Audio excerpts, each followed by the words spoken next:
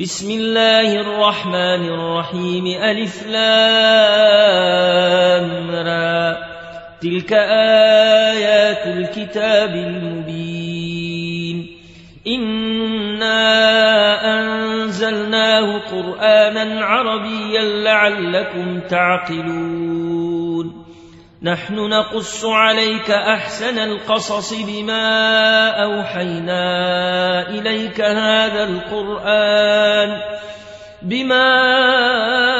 أوحينا إليك هذا القرآن وإن كنت من قبله لمن الغافلين إذ قال يوسف لأبيه يا أبت إني رأيت 11 كوكبا والشمس والقمر رأيتهم لي ساجدين قال يا بني لا تقصص رؤياك على إخوتك فيكيدوا لك كيدا إن الشيطان للإنسان عدو مبين وكذلك يجتبيك ربك ويعلمك من تاويل الأحاديث ويتم نعمته عليك وعلى آل يعقوب كما أتمها على أبويك من قبل إبراهيم وإسحاق إن ربك عليم حكيم لقد كان في يوسف وإخوته آيات للسائلين إذ قالوا ليوسف وأخوه أحب إلى أبينا منا ونحن عصبة إن أبانا لفي ضلال مبين اقتلوا يوسف أو اطرحوه أرضا يخل لكم وجه أبيكم وتكونوا من بعده قوما صالحين قال قائل منهم لا تقتلوا يوسف وألقوه في غيابات الجب يلتقطه بعض السيارة إن كنتم فاعلين قالوا يا أبانا ما لك لا تامنا على يوسف وإنا له لناصحون أرسله معنا غدا يرتع ويلعب وإنا له لحافظون قال إني ليحزنني أن تذهبوا به وأخاف أن يأكله الذئب وأنتم عنه غافلون قالوا لئن أكله الذئب ونحن عصبة إنا إذا لخاسرون فلما ذهبوا به وأجمعوا أن يجعلوه في غيابات الجب وأوحينا إليه لتنبئنهم بأمرهم هذا وهم لا يشعرون وجاءوا أباهم عشاء يبكون قالوا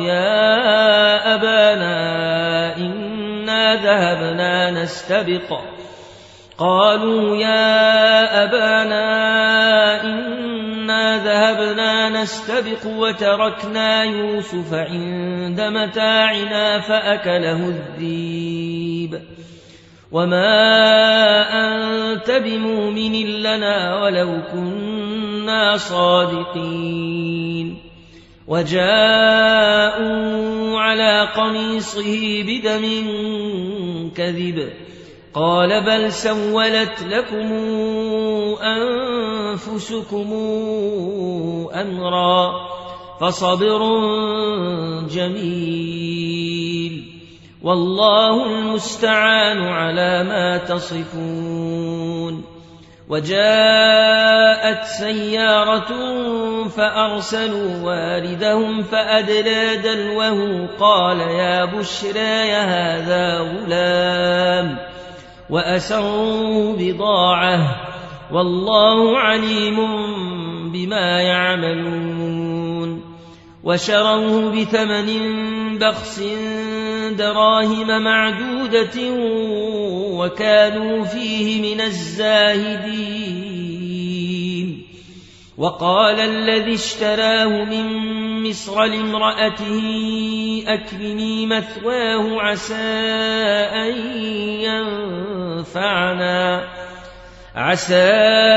أن ينفعنا أو نتخذه ولدا وكذلك مكنا ليوسف في الأرض ولنعلمه من تاويل الأحاديث والله غالب على أمره ولكن أكثر الناس لا يعلمون. ولما بلغ أشده آتيناه حكما وعلما وكذلك نجزي المحسنين. وراودته التي هو في بيتها عن نفسه وغلقت الأبواب وقالت هيت لك قال معاذ الله إنه ربي أحسن مثواي إنه لا يفلح الظالمون. ولقد همت به وهم بها لولا أن رأى برهان ربه كذلك لنصرف عنه السوء والفحشاء إنه من عبادنا المخلصين. واستبق الباب وقدت قميصه من دبر وألف يا سيدها لدى الباب. قالت ما جزاء من أراد بأهلك سوءا إلا أن يسجن أو عذاب أليم. قال هي راودتني عن نفسي وشهد شاهد من أهلها إن كان قميصه قد من قبل فصدقت وهو من الكاذبين وإن كان قميصه قد من دبر فكذبت وهو من الصادقين. فلما رأى قميصه قد من دبر قال إنه من كيدكن إن كيدكن عظيم. يوسف أعرض عن هذا واستغفري لذنبك إنك كنت من الخاطئين. وقال نسوة في المدينة امرأة العزيز تراود فتاها عن نفسه قد شغفها حبا إنا لنراها في ضلال مبين. فلما سمعت بمكرهن أرسلت إليهن وأعتدت لهن متكأ وآتت كل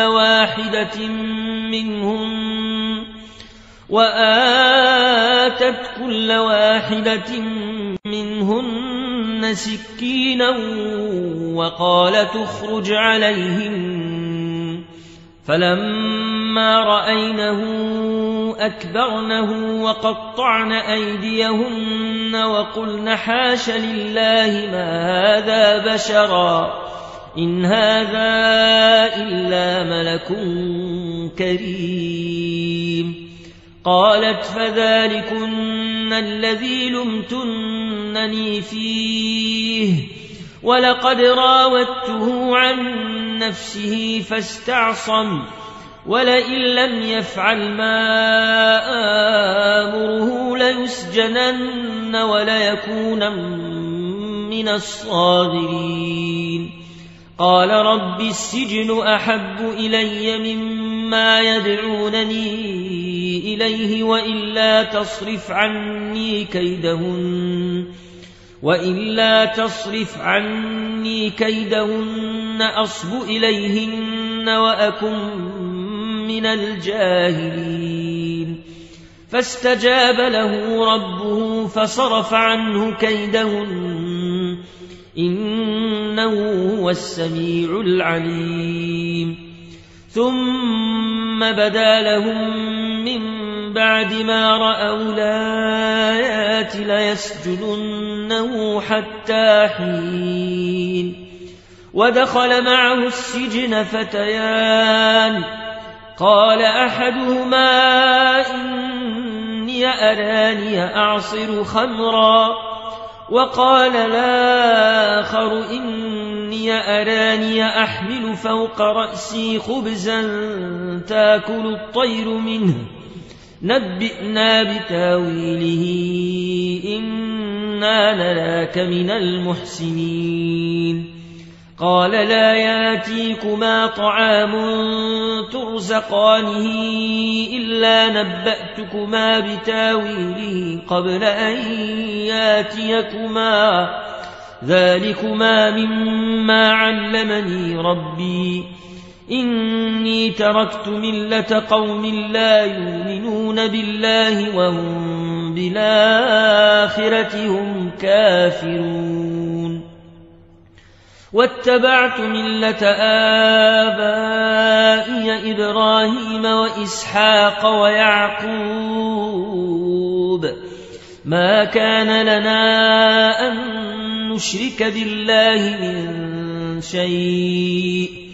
ذلك من فضل الله علينا وعلى الناس ولكن أكثر الناس لا يشكرون. يا صاحبي السجن أرباب متفرقون خير أم الله الواحد القهار ما تعبدون من دونه إلا أسماء سميتموها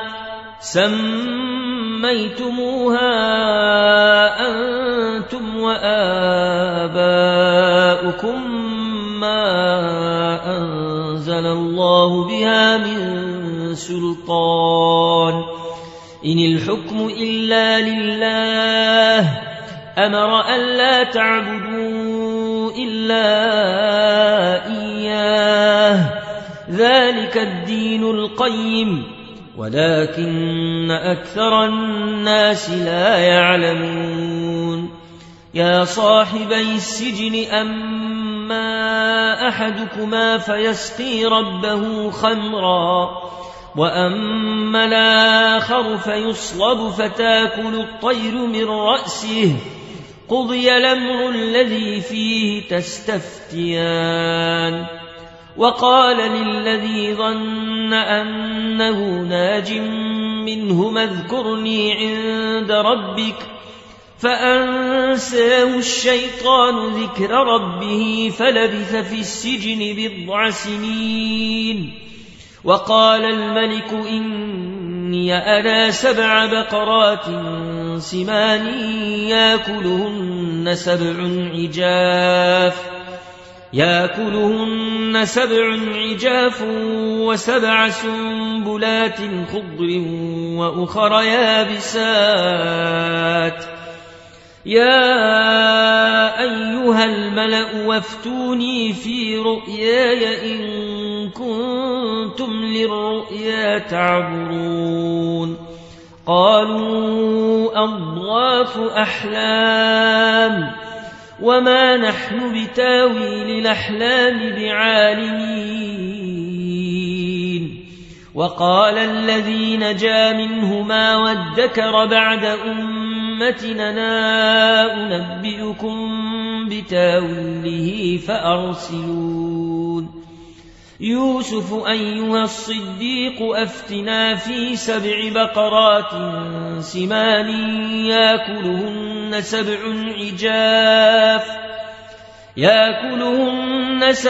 عجاف و7 سنبلات خضر وأخر يابسات لعلي أرجع إلى الناس لعلهم يعلمون قال تزرعون 7 سنين دأبا فما حصدتم فذروه في سنبله إلا قليلا مما تاكلون ثم ياتي من بعد ذلك 7 شداد ياكلن ما قدمتم لهن إلا قليلا مما تحصنون ثم ياتي من بعد ذلك عام فيه يغاث الناس وفيه يعصرون وقال الملك اوتوني به فلما جاءه الرسول قال ارجع إلى ربك فاسأله ما بال النسوة اللاتي قطعن أيديهن إن ربي بكيدهن عليم قال ما خطبكن إذ راوتن يوسف عن نفسه قلن حاش لله ما علمنا عليه من سوء قالت امرأة العزيز لا نحصحص الحق أنا راودته عن نفسه وإنه لمن الصادقين ذلك ليعلم أني لم أخنه بالغيب وأن الله لا يهدي كيد الخائنين وما أبرئ نفسي إن النفس لأمارة بالسوء إلا ما رحم ربي إن ربي غفور رحيم وقال الملك اوتوني به أستخلصه لنفسي فلما كلمه قال إنك اليوم لدينا مكين أمين قال اجعلني على خزائن الأرض إني حفيظ عليم وكذلك مكنا ليوسف في الأرض يتبوأ منها حيث يشاء نصيب برحمتنا من نشاء ولا نضيع أجر المحسنين ولأجر الآخرة خير للذين آمنوا وكانوا يتقون وجاء إخوة يوسف فدخلوا عليه فعرفهم وهم له منكرون ولما جهزهم بجهازهم قال اتوني بأخ لكم من أبيكم ألا ترون أني أوفي الكيل وأنا خير المنزلين فإن لم تاتوني به فلا كيل لكم عندي ولا تقربون قالوا سنراود عنه أباه وإنا لفاعلون وقال لفتيته اجعلوا بضاعتهم في رحالهم لعلهم يعرفونها إذا انقلبوا إلى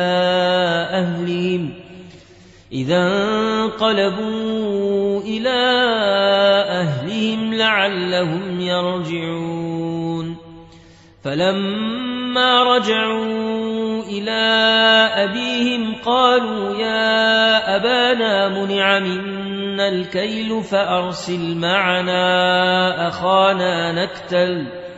فأرسل معنا أخانا نكتل وإنا له لحافظون قال هل آمنكم عليه إلا كما أمنتكم على أخيه من قبل فالله خير حفظا وهو أرحم الراحمين ولما فتحوا متاعهم وجدوا بضاعتهم ردت إليهم قالوا يا أبانا ما نبغي هذه بضاعتنا ردت إلينا ونمير أهلنا ونحفظ أخانا ونزداد كيل بعير ذلك كيل يسير قال لنرسله معكم حتى توتون موثقا من الله لتاتونني به إلا أن يحاط بكم فلما آتوه موثقهم قال الله على ما نقول وكيل وقال يا بني لا تدخلوا من باب واحد وادخلوا من أبواب متفرقة وما أغني عنكم من الله من شيء إن الحكم إلا لله عليه توكلت وعليه فليتوكل المتوكلون ولما دخلوا من حيث أمرهم أبوهم ما كان يغني عنهم من الله من شيء إلا حاجة في نفس يعقوب قضاها وإنه لذو علم لما علمناه ولكن أكثر الناس لا يعلمون ولما دخلوا على يوسف آوى إليه أخاه قال إني أنا أخوك فلا تبتئس بما كانوا يعملون فلما جهزهم بجهازهم جعل السقاية في رحل أخيه ثم أذن مؤذن أيتها العير إنكم لسارقون قالوا وأقبلوا عليهم ماذا تفقدون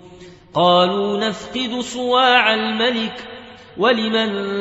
جاء به حمل بعير وأنا به زعيم قالوا تالله لقد علمتم ما جئنا لنفسد في الأرض وما كنا سارقين قالوا فما جزاؤه إن كنتم كاذبين قالوا جزاؤه من وجد في رحله فهو جزاؤه كذلك نجزي الظالمين فبدأ بأوعيتهم قبل وعاء أخيه ثم استخرجها من وعاء أخيه كذلك كدنا ليوسف ما كان ليأخذ أخاه في دين الملك إلا أن يشاء الله نرفع درجات من نشاء وفوق كل ذي علم عليم قالوا إن يسرق فقد سرق أخ له من قبل فأسرها يوسف في نفسه ولم يبدها لهم قال أنتم شر مكانا والله أعلم بما تصفون قالوا يا أيها العزيز إن له أبا شيخا كبيرا فخذ حدنا مكانه إنا نراك من المحسنين قال معاذ الله أن ناخذ إلا من وجدنا متاعنا عنده إنا إذا لظالمون فلما استيئسوا منه خلصوا نجيا قال كبيرهم ألم تعلموا أن أباكم قد أخذ عليكم موثقا من الله ومن قبل ما فرطتم في يوسف فلنبرح الأرض حتى ياذن لي أبي أو يحكم الله لي وهو خير الحاكمين ارجعوا إلى أبيكم فقولوا يا أبانا إن ابنك سرق وما شهدنا إلا بما علمنا وما كنا للغيب حافظين واسأل القرية التي كنا فيها والعير التي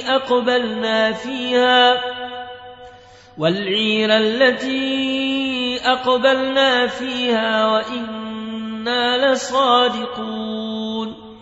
قال بل سولت لكم أنفسكم أمرا فصبر جميل عسى الله أن ياتيني بهم جميعا إنه هو العليم الحكيم وتولى عنهم وقال يا أسفا على يوسف وابيضت عيناه من الحزن فهو كظيم قالوا تالله تفتأ تذكر يوسف حتى تكون حرضا أو تكون من الهالكين قال إنما أشكو بثي وحزني إلى الله وأعلم من الله ما لا تعلمون يا بني يذهبوا فتحسسوا من يوسف وأخيه ولا تيأسوا من روح الله إنه لا ييأس من روح الله إلا القوم الكافرون فلما دخلوا عليه قالوا يا أيها العزيز مسنا وأهلنا الضر وجئنا ببضاعة مزجاة فأوف لنا الكيل وتصدق علينا إن الله يجزي المتصدقين قال هل علمتم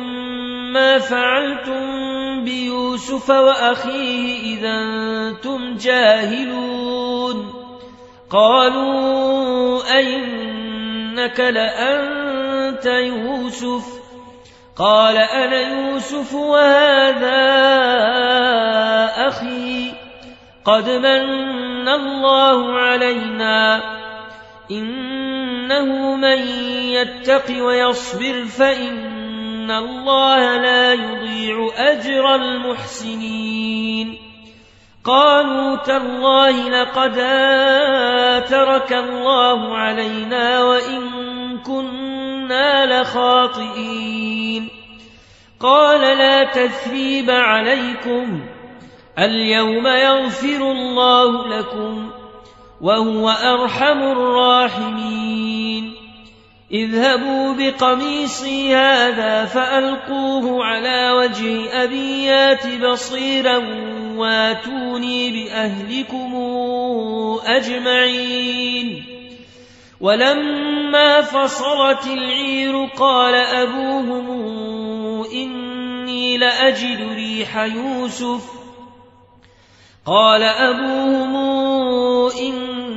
لأجد ريح يوسف لولا أن تفندون قالوا تالله إنك لفي ضلالك القديم فلما أن جاء البشير ألقاه على وجهه فارتد بصيرا قال ألم قل لكم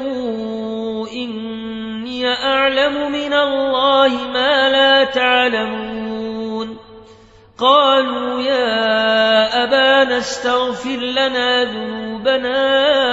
إنا كنا خاطئين قال سوف أستغفر لكم ربي إنه هو الغفور الرحيم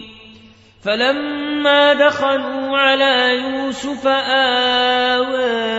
إليه أبويه وقال ادخلوا مصر إن شاء الله آمنين ورفع أبويه على العرش وخروا له سجدا وقال يا أبت هذا تاويل رؤياي من قبل قد جعلها ربي حقا وقد أحسن بي إذا أخرجني من السجن وجاء بكم من البدو من بعد أن نزغ الشيطان بيني وبين إخوتي إن ربي لطيف لما يشاء إنه هو العليم الحكيم رب قد آتيتني من الملك وعلمتني من تاويل الأحاديث فاطر السماوات والأرض أنت ولي في الدنيا والآخرة توفني مسلما وألحقني بالصالحين ذلك من أنباء الغيب نوحيه إليك وما كنت لديهم إذا اجمعوا أمرهم وهم يمكرون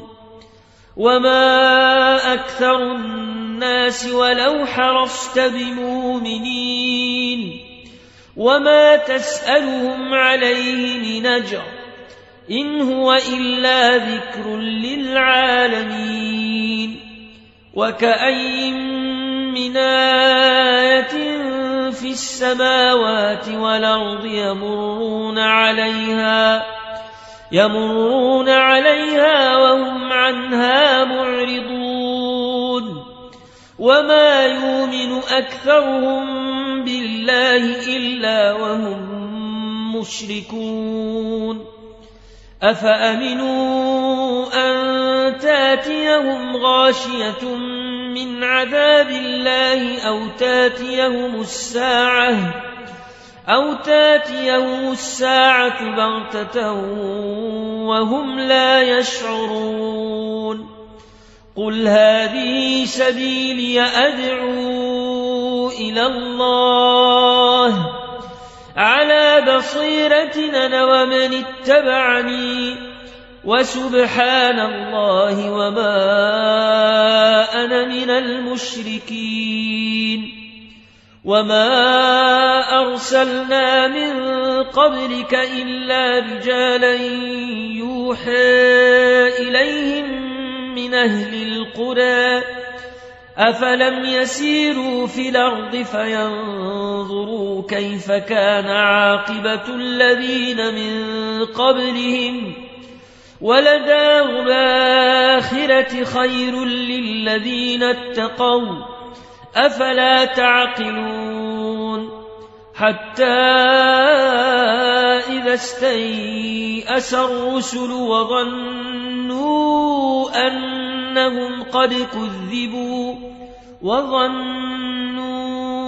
أنهم قد كذبوا جاءهم نصرنا فننجي من نشاء ولا يرد بأسنا عن القوم المجرمين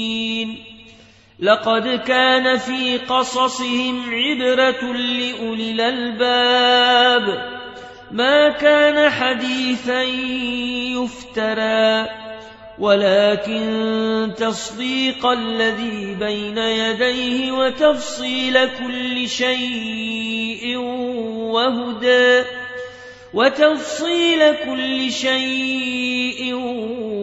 وهدى ورحمة لقوم